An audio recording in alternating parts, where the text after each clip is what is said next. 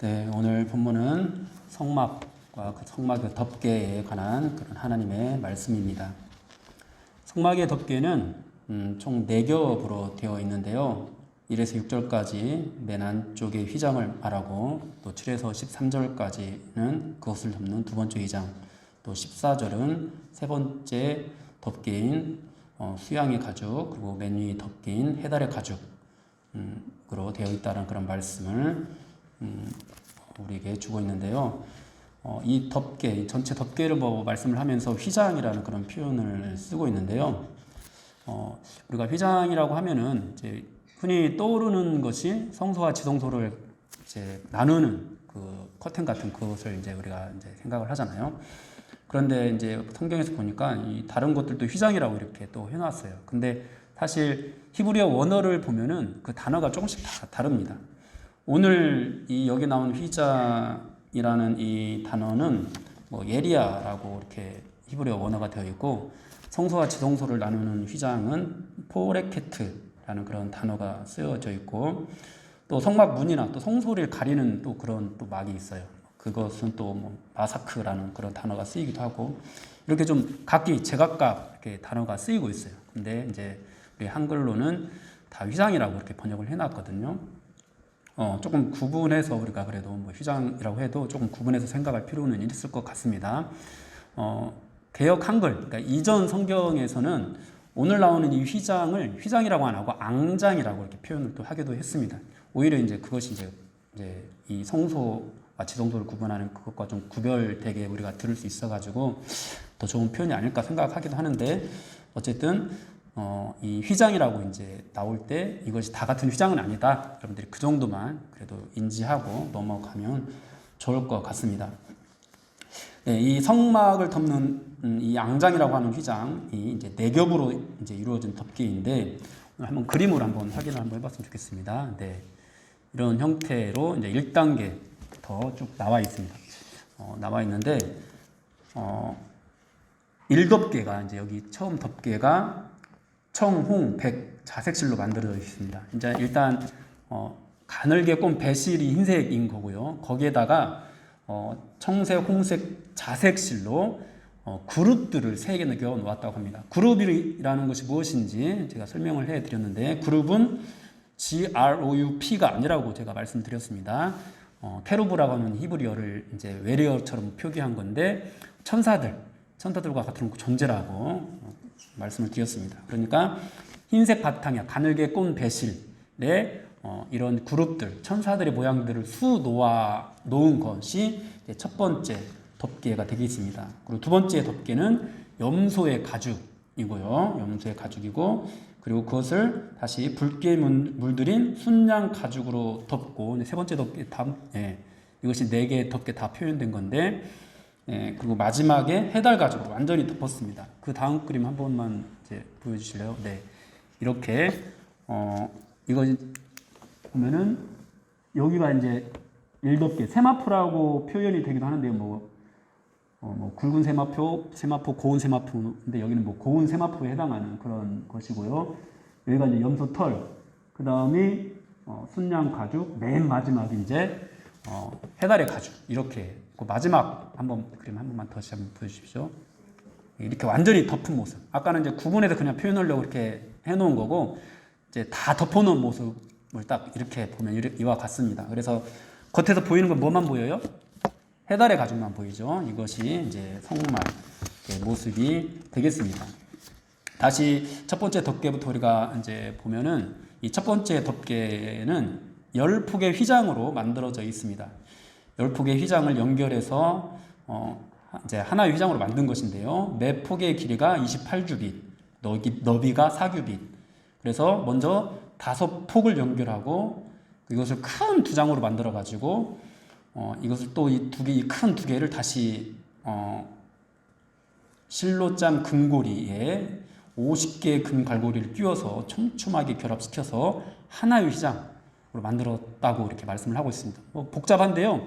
그러니까 조각을 총 10개를 연결했다고 이렇게 보시면 돼요. 15개씩 한쪽으로 해서 하나씩 만들고, 이 큰 거를 또 2개를 연결했다. 결국은 이런 표현입니다. 그리고 두 번째 덮개는 염소 털로 만들었습니다. 11폭으로, 이제 처음 덮개는 10폭인데 이거는 11폭으로 만들어졌다고 말씀을 하고 있습니다. 그리고 그 크기가 30규빗 그리고 4규빗. 그러니까 처음 덮개는 28규빗, 4규빗인데 이거는 30규빗. 조금 더 큰 거죠. 그리고 한 폭이 더 이제 들어가 있습니다. 그래서 먼저 5개씩 연결하고 하는 것은 처음 것과 똑같은데 마지막 하나를 끝에 이제 매달아 가지고 성면 전면에 접어 드리웠다라고 표현을 하고 있는데 이것은 이제 이중으로 이제 그 부분만 좀 덮었다라는 그런 뜻이 되겠습니다. 그리고 이제 세 번째 덮개는 붉은 물 들인 순양의 가죽이고 네 번째 덮개는 해달의 가죽인데요. 이제 뭐 이런 덮개들은 처음 것과 두 번째 것은 그냥 들이운 거, 그냥 내려드리고 돼 있고 세 번째, 네 번째는 천막처럼 텐트처럼 이렇게 쳐서 그렇게 덮고 있는 것을 우리가 이 그림으로 확인할 수가 있습니다. 이 세 번째, 네 번째 덮개 치수는 성경에서 나와 있지는 않은데 아마 안에 있는 것들보다 조금 더 크게 같거나 크게 만들어지지 않았을까 이렇게 생각이 됩니다. 이 첫 번째 덮개는 가는 배실로 꼬아서 기본 천을 만들고요. 거기에 이제 청색, 자색, 홍색 실로 천사들의 모습을 수놓아 만들어졌다고 말씀을 드렸습니다. 그러니까 이 처음 이 덮개는 완전히 이제 그 부분이 이제 성전 안에 들어가면 보이는 부분이잖아요. 이 부분이 이 천사들의 어떤 그런 형상들로 이렇게 채워져 있었다라는 것을 의미합니다. 그리고 그것을 연결하는 그런 고리들이 금으로 되어 있어서 이제 뭐 하나님의 거룩하심 이런 것들을 또 상징하는 그런 것들로 채워져 있는 것을 보게 됩니다. 우리는 이것을 이제 1절 첫마디에서 너는 성막을 만들되 라고 이렇게 말씀하는 부분을 보게 되는데요. 그러니까 이 1덮개가 곧 성막이라는 식으로 성경에서 표현하고 있어요. 왜 이제 제가 이렇게 말씀드리냐면 7절을 보면은 성막을 덮는 막, 두 번째 덮개는 성막을 덮는 막이라고 표현이 되어 있습니다.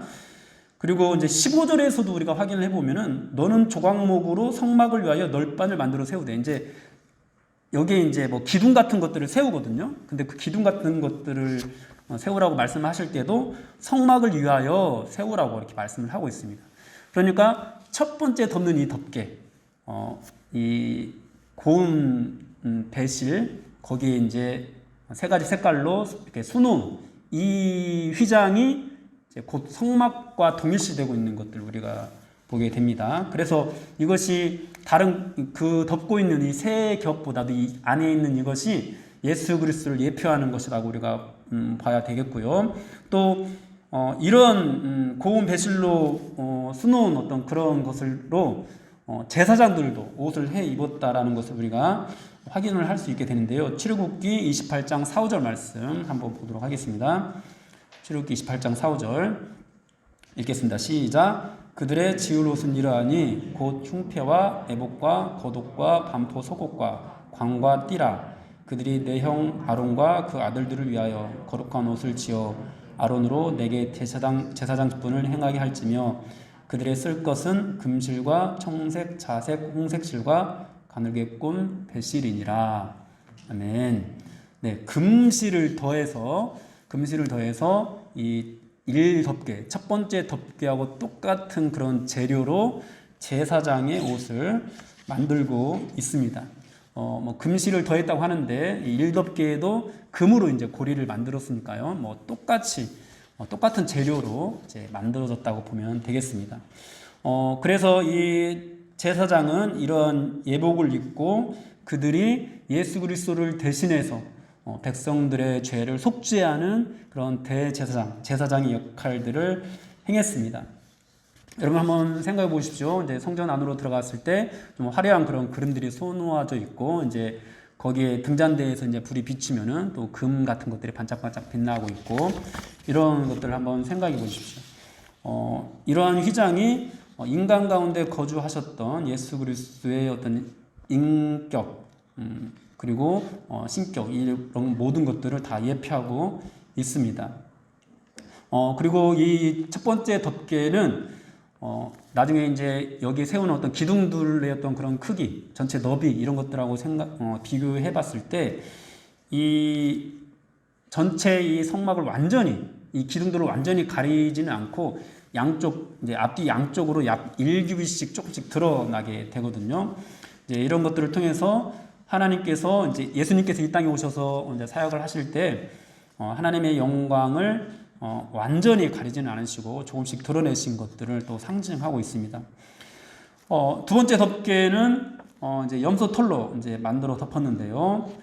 염소는 그 속죄제의 제물로 사용하는 그런 동물입니다. 이제 첫 번째 덮개는 길이가 약간 짧다고 그랬는데요. 이 두 번째 덮개는 성막 전체를 완전히 덮을 수 있었습니다. 그래서 이 성막 전체가 염소 털로 덮임으로써 하나님의 속죄가 이제 성막 전체를 덮고 있다라는 것들을 우리에게 보여주고 있습니다. 그리고 이 두 번째 덮개는 성막을 덮는 막 이렇게 표현이 되어 있습니다. 성막, 그러니까 그 안에 있는 이 천이 휘장이 성막으로 이제 그렇게 표현이 되고 두 번째 덮개는 성막을 덮는 막이라고 이제 표현이 되어 있는데요. 이 막이라는 단어도 이제 히브리어로 오엘이라는 단어인데 이것이 파생된 것이 예리오드라는 그런 단어라고 합니다. 그런데 그 단어가 떨다, 흔들리다, 어떤 두려움 이런 것들에서 또 파생된 것이어서 이 하나님의 속죄로 이루어진 성막 안에서 모든 의식들이 이 두려움과 떨림 속에서 이루어지고 있다라는 것들을 우리에게 또 보여주고 있습니다. 그리고 이제 세 번째 덮개가 이제 텐트처럼 성막을 덮고 있는 그런 형태인데요. 세 번째 덮개는 순양의 가죽으로 만들어졌다고 했습니다. 이 양은 제사장들이 하나님을 섬기기 위해서 자신을 구별시키는 그런 위임식에 사용되는 그런 희생 제물이었습니다. 출애굽기 29장 26절 말씀을 보면은요. 출애굽기 29장 26절 말씀, 너는 아론의 위임식 순양의 가슴을 가져다가 여호와 앞에 흔들어 요제를 삼으라. 이것이 내 분깃이니라. 아멘. 이렇게 말씀을 하고 있습니다. 그래서 이 순양은 그리스도의 완전한 희생, 헌신, 제사장 직분을 행하면서 이런 희생 제물을 드렸다는 것은 그들이 이제 하나님의 사람으로 희생하고 헌신하는 어떤 그런 의식을 행했다라는 것을 의미하는데 그리스도의 완전한 희생을 의미합니다. 우리가 이제 창세기에서 하나님께서 아브라함에게 이삭 대신에 바칠 그런 제물을 준비하시잖아요. 네, 그 제물도 바로 순양이었습니다. 그러니까 순양은 대신 드려지는 어떤 희생 제물의 의미가 있는 것이죠. 그래서 이것을 또 붉게 물들이게 하심으로써 예수 그리스도의 죽음의 헌신을 잘 예표하고 있습니다. 이 순양으로 만든 덮개가요.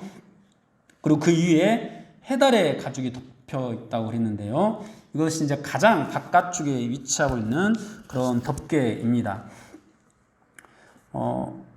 사람들이 밖에서 볼 때는 이 해달의 가죽밖에 볼 수 없었던 거죠. 그래서 가장 거칠고 보기 흉한 모습의 그런 해달 가죽, 사람들은 이것만 볼 수 있었습니다.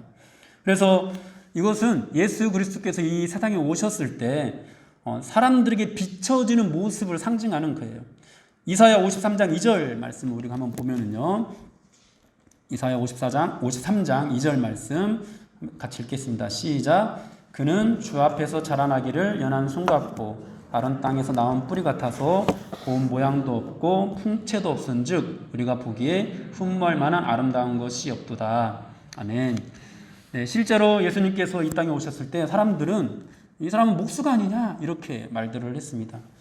또 나사렛에서 무슨 선한 것이 날 수 있겠느냐 이런 말을 했습니다. 또 이 사람은 어디서 왔는지 알지 못한다 이런 말도 하면서 사람들이 예수 그리스도를 굉장히 천하게 보았습니다. 예수님의 죽음도 그렇습니다. 많은 사람들이 부활하신 예수님을 보지 못했죠. 대부분의 사람들이 보지 못했습니다. 대다수의 사람들이 본 것은 그저 채찍에 맞으시고 십자가에 못 박혀 죽으시는 그런 예수님이었습니다. 오직 예수님의 제자들과 또 사도 바울만이 부활하신 예수님을 목격할 수 있었는데요. 여러분, 이것이 의미하는 바가 무엇일까요? 오늘 본문에서 보면은 이제 총 4개의 덮개입니다. 중에 제1덮개가 바로 휘장, 예수 그리스도를 상징한다고 했는데요. 이런 덮개들은 사막의 뭐 비바람이나 모래 폭풍, 또 이글거리는 그런 태양, 이런 여러 악천후로부터 성막을 보호하는 동시에 이 거룩한 지성소와 성소가 외부에서 봤을 때 보여지지 않도록 철저하게 차단하는 그런 기능을 했습니다. 그러니까 다른 이방의 제사들을 보면은 사람들이 다 보는 데서 막 이렇게 드려지는 경우가 굉장히 많잖아요. 그런데 하나님께 드려지는 제사는 철저하게 가려진 가운데에서 대제사장들만 그 안에 들어가서 예배를 드렸다라는 것이죠. 그리고 이제 성막의 가장 안쪽에 세 가지 색깔의 실로 수놓은 그런 그룹들의 형상, 폭을 연결하는 금고리들, 이런 화려한 이런 것들이 가장 안쪽에 있게 함으로써 오직 안에 들어갔을 때만이 이런 모습들을 우리가 확인할 수 있었습니다. 그러니까 이 예배를 드리는 이 사람들이 밖에서만 이걸 본다면은 이 화려한 것들을 전혀 볼 수 없다는 거죠. 그리스도의 아름다움을 볼 수 없는 거죠.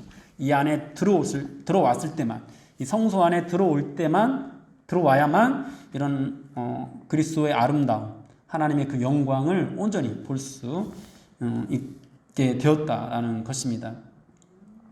그렇습니다. 우리는 이 모든 것들이 또 오늘날의 교회를 나타내고 있다라는 것들 우리는 또 생각해 봐야 합니다.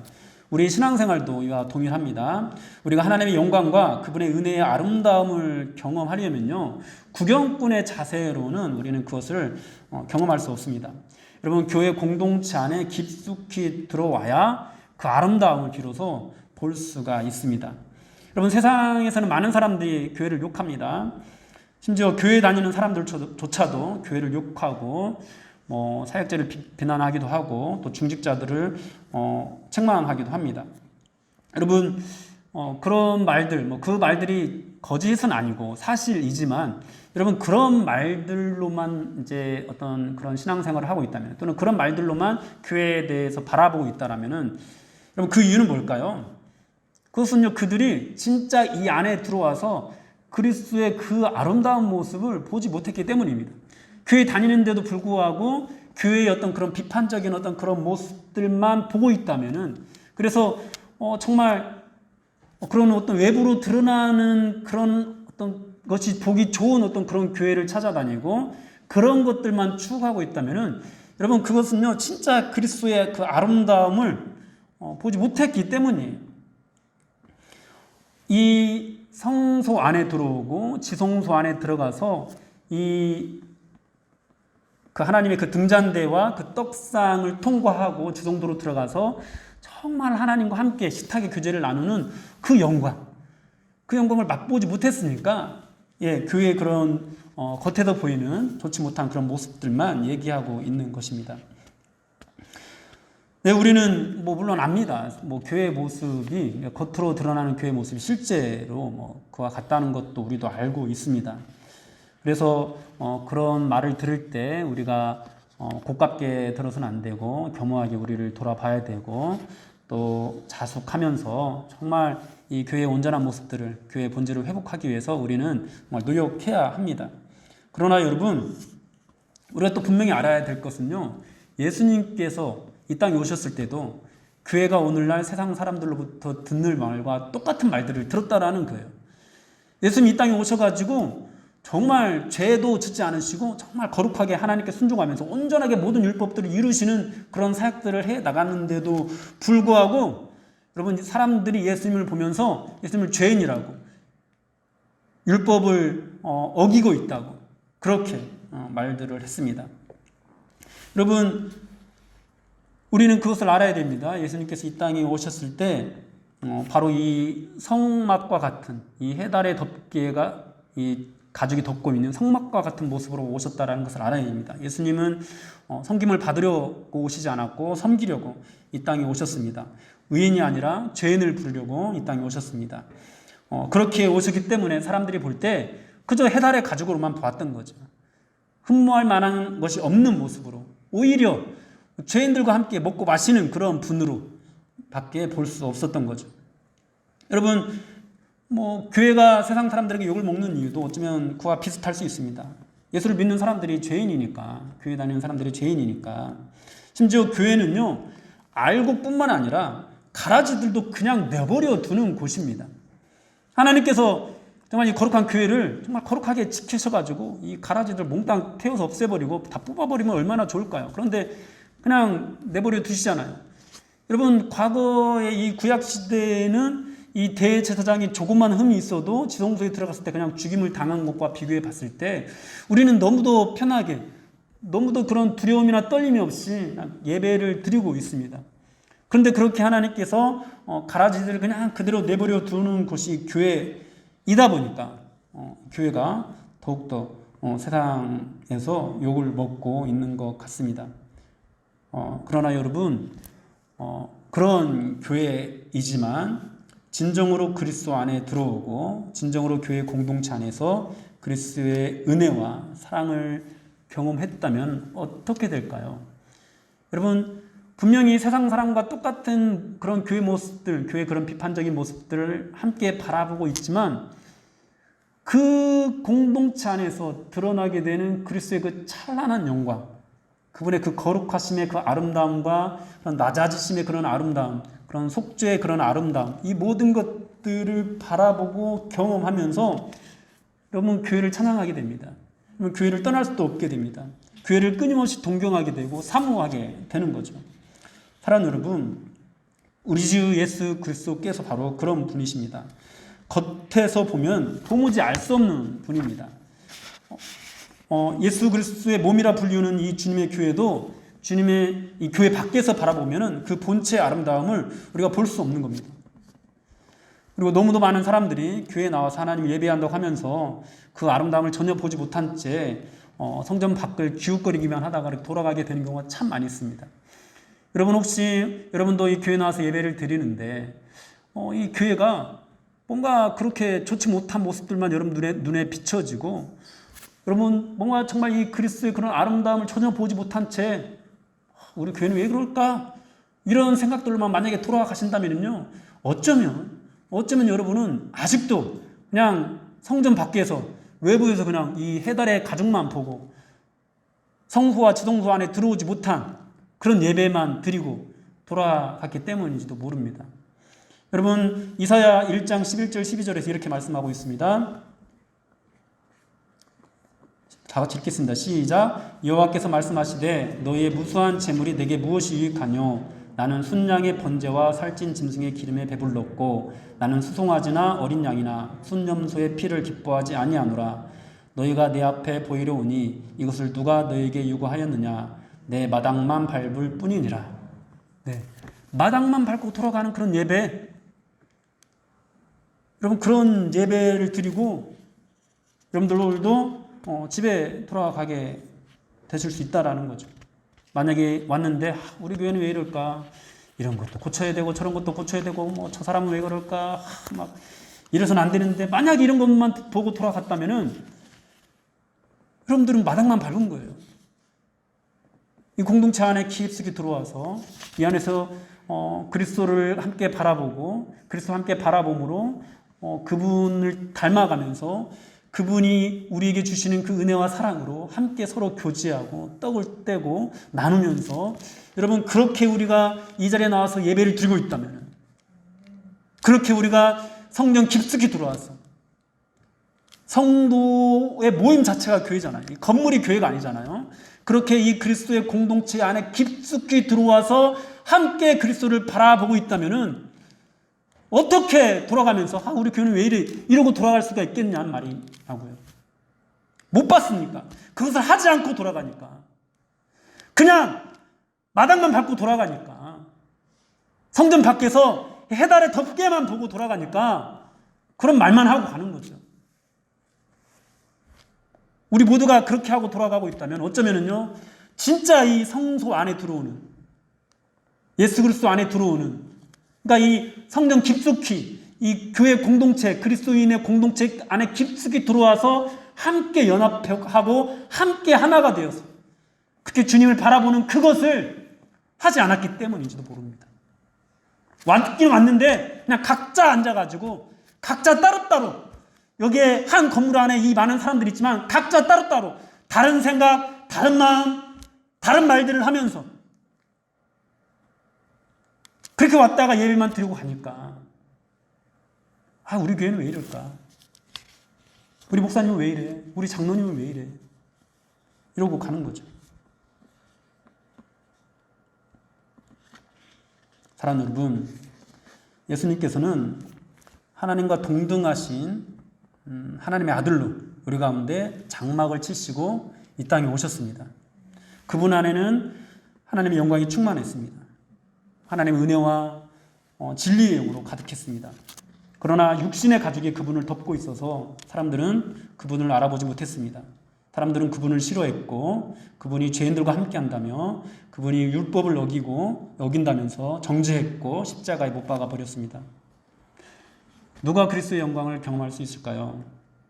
누가 예수 그리스도의 그 아름다움을 보고 누릴 수 있을까요? 교회의 규모와 교인들의 숫자, 사회적인 지혜를 보고 교회를 찾는 사람들은 결코 교회를 통해서 그리스도의 아름다움을 발견하지 못할 것입니다. 예수 그리스도의 영광은 교회 안에 부자가 얼마나 많은가, 유명한 사람, 영향력 있는 사람이 얼마나 많은가, 또 좋은 대학에 가고 또 좋은 직장을 가지고 있는 사람들이 얼마나 많은가, 좋은 대학에 가는 학생들이 얼마나 많은가, 좋은 직장에 취업하는 청년들이 얼마나 많은가, 그럼 이런 것들로 판단되는 것이 아닙니다. 또 인격이 훌륭한 사람이 얼마나 많은가, 착하고 친절한 사람이 얼마나 많은가, 그럼 이런 것들로 여러분 이 교회의 아름다움이 드러나게 되는 것이 아닙니다. 그리스도의 아름다움은 믿음으로 그리스도를 영접하고 그리스도를 따르고 그 말씀에 순종하는 것을 통해서 교회 공동체 안에 깊숙이 들어간 사람들에게만 허락됩니다. 여러분 그 안에 들어오셨습니까? 그렇게 그리스도 안에서 하나된 모습으로 지금 예배 드리고 있습니까? 아니면 각기 같이 모여있긴 한 공간에 모여있긴 하는데 각기 따로따로 예배를 드리고 있습니까? 여러분 이 그리스도를 통과해서 하나님과 친밀한 교제를 나누는 것은요, 이 성도들의 모임, 이 공동체를 떠나서는 이루어질 수가 없습니다. 그래서 오늘날 이 코로나19로 인해서 온라인 예배로 예배를 대체하시는 그런 분들도 많는데 맞습니다. 건물 자체가 교회는 아니기 때문에 예배를 온라인 예배로 드리든 현장 예배를 드리든 크게 문제될 것은 없습니다. 그러나 여러분 또 성도 자체가 교회이기 때문에 성도들의 모임이 교회이기 때문에 이 공동체 안으로 들어오지 않는 채 그냥 온라인 예배만 드려지는 것으로 지금 교회가 만약에 앞으로 계속 이 어떤 형태가 이루어지게 된다면은요, 여러분 이 안에서 이 그리스도의 아름다움은 누구도 발견하지 못하게 되는 거예요. 온라인 예배로는 그것을 발견할 수가 없는 거예요. 아무리 좋은 설교를 들어도 뭐합니까? 성전의 마당만 밟고 갈 뿐인데요. 여러분 좋은 직장 있는 사람 또 훌륭한 사람이 있는 그런 또는 친절한 사람이 있는 교회를 찾아다니는 것이나 좋은 설교가 있는 교회를 찾아다니는 것이나 뭐가 다르겠습니까? 그러지 않습니까? 우리는 또 이 주일학교 교육도 이런 관점에서 한번 생각해 볼 필요가 있습니다. 많은 아이들이 건물인 교회 안으로는 들어오는데 진정한 그리스도의 몸된 공동체 안으로는 들어오지 않습니다. 일단 그들은 대부분의 시간을 학교에서 보냅니다. 학원에서 보냅니다. 학교 친구들과 더 많이 만나고요. 그들과 약속을 잡고 그들과 밥을 먹고 그들과 여행을 가고 그들과 대부분의 그런 시간들을 보냅니다. 교회에서 와서는요, 여러분 대부분 주일학교 가면 그렇게 와가지고 서로 인사도 안 하고 그냥 사춘기 성경에는 사춘기라는 말이 없습니다. 사춘기라는 말이 없는데 사춘기라는 이걸로 우리가 그것을 허용해서 안 되는데 와가지고 인사도 안 하고 그냥 가요. 서로 인사도 안 하고. 어쩌면 서로 이름도 모를지도 몰라요. 우리 교회도 한 30명 나온다고 해도 그 중에서 아마 이름 전체를 모르는 학생이 분명히 있을 거예요.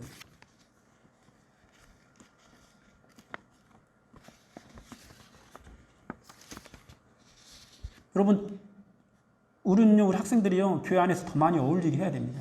교회 안에서 이 교회의 아이들과 더 많은 추억들을 갖게 만들어 줘야 합니다. 교회 밖에서가 아니라. 그렇게 처음에는 서로의 어떤 친함으로 그렇게 가까워지면서 함께 이제 하나님을 바라보고 하나님께 나아오고 하나님께 기도하고 또 하나님을 찬양하는 어떤 그런 것들을 통해서 점점점 주님을 더 닮아가게 되고, 그렇게 점점점 더 주님을 닮아가게 될 때 이제 각기의 어떤 성향이나 그런 친함을 초월해서 서로를 섬기게 되고 서로를 그리스도의 사랑으로 감싸주게 되는 그런 정말 아름다운 공동체의 모습으로 나아갈 수 있게 되는 거죠. 여러분, 말씀에 의지해서 정말 단언하여 말씀드리는데요. 아이들이 공동체 안으로 들어오지 못하고 그저 건물 예배당에만 왔다가 예배라는 그 의식에만 참여하고 돌아가게 된다면요, 어쩌면 절대로 그리스도의 아름다움을 발견하지 못하게 될 겁니다. 특별한 어떤 하나님의 은혜가 임하지 않고서는 그런 것으로는 그리스도의 아름다움을 절대로 발견할 수가 없습니다. 주일학교 교육의 실패가 여기에서 비롯됐는지도 모릅니다. 많은 부모들이 교회에서 시간을 보내는 것을 정말 아까워하는 그런 분들이 참 많이 있는 것 같아요. 그러나 여러분, 이 그리스도인의 공동체 안에서 함께 교제하는 것도 생명과 관련이 있습니다. 이것이 생명과 연관없는 것이 아닙니다. 많은 분들이 교회 안에서 기도하고 찬양하고 말씀 배우고 이런 것들만 거룩하다고 생각을 하는데, 예전에도 한번 말씀드렸는데 인간이 행하는 모든 것은 다 타락했어요. 다 타락, 전적인 타락이라고 성경에서 말씀하고 있어요. 전적인 타락이라는 것이 우리가 막 기도하고 찬양하고 이럴 때는 타락하지 않고 우리가 세상에서 이렇게 지낼 때만 타락했다고, 아니요. 예배 자체도 다 타락했어요. 전적인 타락이에요. 예배 드리는 이 마음 가운데 그리스도를 의지하고 하나님을 온전히 사랑하는 그런 마음이 있는 것이 아니라 우리의 어떤 이기적인 욕망을 따라서 우리의 문제가 해결되기를 바라는 그런 마음이 우리를 더 크게 좌지우지하고 있어요. 그럼에도 불구하고 하나님께서 우리 예배를 받아주시는 이유는 예수 그리스도의 피 때문이고, 우리도 하나님께 나아갈 수 있는 그런 용기와 힘을 얻을 수 있는 이유도 내가 정말 정성스럽게 예배를 할 수 있고 정말 하나님께 정말 간절하게 기도하고 이런 생활을 해서가 아니라 예수님이 내 죄를 대신해서 죽어주셨다는 그 믿음 때문에 용기를 얻어서 하나님께 나아갈 수 있게 되는 거거든요. 그래서 이 자리에 나오게 되는 것은 나의 의로움으로 나온 것이 아니라 그리스도를 의지해서 그 의지하는 마음으로 용기를 얻어서 나오게 된 것이지 당당함으로 나아갈 수 없는 거거든요.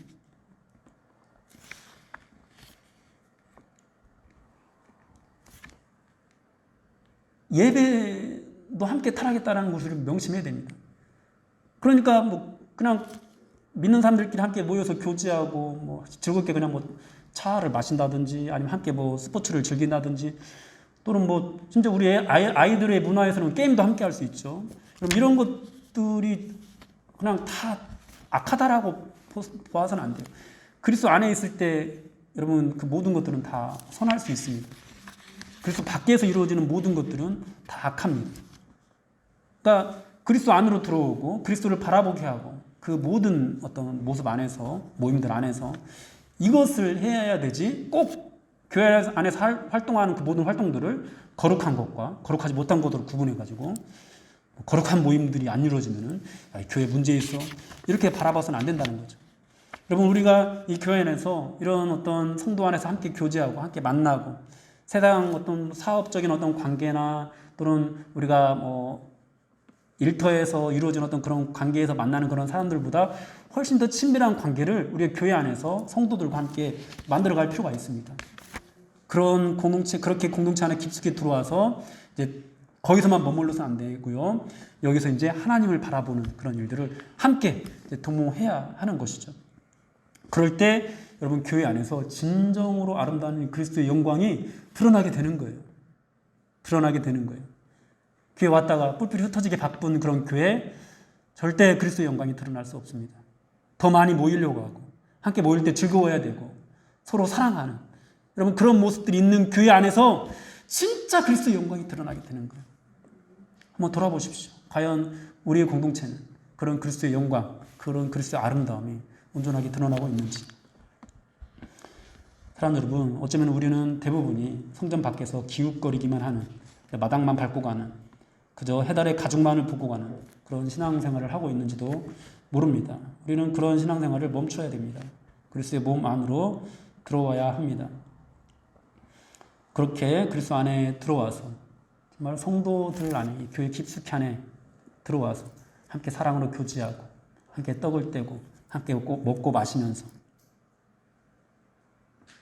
그렇게 그리스도를 함께 바라보면서 처음에는 어떤 친밀함으로 모이는 어떤 모임이 되다가도 그리스도를 함께 바라보게 될 때 이제 그 모임이 어떻게 달라지게 되느냐, 먼저 낮아지는 그런 모임, 지극히 작은 자 한 사람을 돌아볼 수 있는 그런 모임, 그리고 사람의 어떤 겉모습으로 그 사람을 판단하지 않고 겉으로 드러나는 것으로 그 사람을 차별하지 않는 진정한 아름다움이 나타나는 그런 교회로 세워져 가게 되는 거예요. 사랑 여러분, 우리가 그렇게 공동체 안으로 들어올 때 진짜 하나님과 먹고 마시는 은혜를 누릴 수가 있습니다. 우리 교회 안에서 그런 은혜가 풍성하게 일어나게 됐으면 좋겠습니다. 우리 마지막으로 시편 27편 4절 말씀 한번 보겠는데요. 시편 27편 4절 말씀 다 같이 읽겠습니다. 시작. 내가 여호와께 바라는 한 가지 일 그것을 구하리니 곧 내가 내 평생에 여호와의 집에 살면서 여호와의 아름다움을 바라보며 그의 성전에서 사모하는 그것이라. 여러분, 여호와의 집으로 들어오십시오. 거룩한 성전으로 들어오십시오. 공동체 안으로 들어오십시오. 그래서 건물 안에는 함께 모였는데 따로따로 예배 드리는 것이 아니라 정말 함께 하나된 마음으로 같은 곳을 바라보면서 같은 말을 하면서 같은 생각을 하면서 그렇게 주님을 바라보면서 그렇게 친밀한 교제를 나누면서 정말 우리가 올 때마다 우리 교회 이 드림교회 공동체 안에서 그리스도의 아름다움을 날마다 발견하고 그것을 바라보고 돌아가는 그런 아름다운 예배가 우리 가운데에서 이루어지게 되기를 주님의 이름으로 축원합니다. 주님 감사합니다. 하나님, 우리가 정말 이 땅 가운데 살아가면서 또 주님을 예배하는 그런 삶으로 나아가면서 혹시 마당만 밟고 가는 예수 그리스도의 겉모습만 보고 비판하고 정죄만 하는 하나님 그런 어떤 신앙생활을 하고 있지는 않습니까? 주님, 우리가 주님의 성전 안으로 성막 안으로 들어갈 수 있게 하여 주시옵소서. 그래서 그 안에서만 볼 수 있는 그리스도의 그 아름다움을 우리가 바라보고 그 그리스도의 아름다움 안에서 우리가 하나님의 영광을 찬미하는 그런 아름다운 신자의 모습으로 나아갈 수 있도록 도와주시옵소서. 오늘도 그렇게 우리 성도님들 그리스도의 아름다움을 보기를 갈망하는 마음으로 채워지게 하여 주시기를 간절히 소원합니다. 예수님의 이름으로 기도드립니다. 아멘. 431장입니다.